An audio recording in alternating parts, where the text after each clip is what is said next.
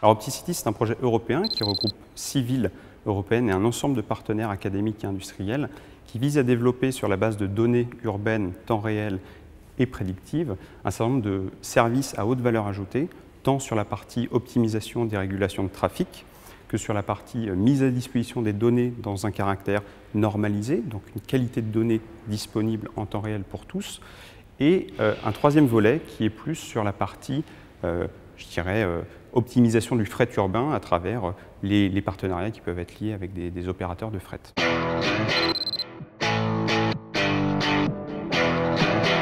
Il y a différents niveaux dans OptiCity. Il y a une première partie qui est relative aux données.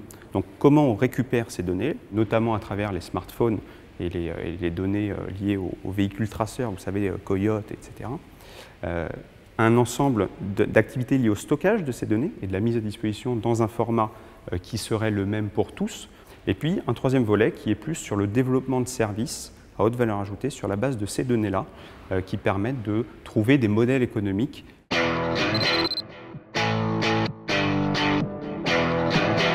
Il y a, et ça c'est une réelle innovation dans le cadre d'OptiCity, c'est d'ailleurs une première mondiale qui va être portée, un travail avec les constructeurs automobiles, Renault et PSA, pour envisager un dialogue permanent entre ce que nous avons comme GPS à travers nos smartphones et une discussion avec le GPS de la voiture. Donc avoir une véritable continuité de service dans ma mobilité, que je sois en dehors ou à l'intérieur de mon véhicule.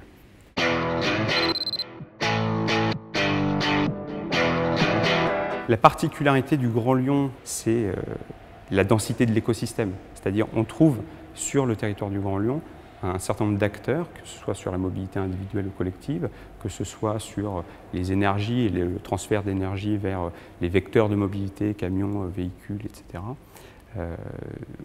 Il y a ici une densité d'acteurs qui permet de trouver des partenaires qui apportent des solutions nouvelles, toujours différentes et complémentaires.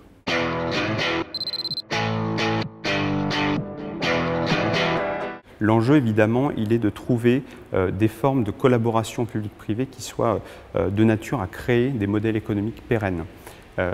Donc, au niveau européen, ce qui est extrêmement important et ce qui va être travaillé avec OptiCities, c'est la normalisation de packages de données qui soient interopérables. Il n'y aura de modèle économique que si les données mises à disposition sont suffisamment de qualité pour pouvoir développer des services pour lesquels les gens sont prêts à payer.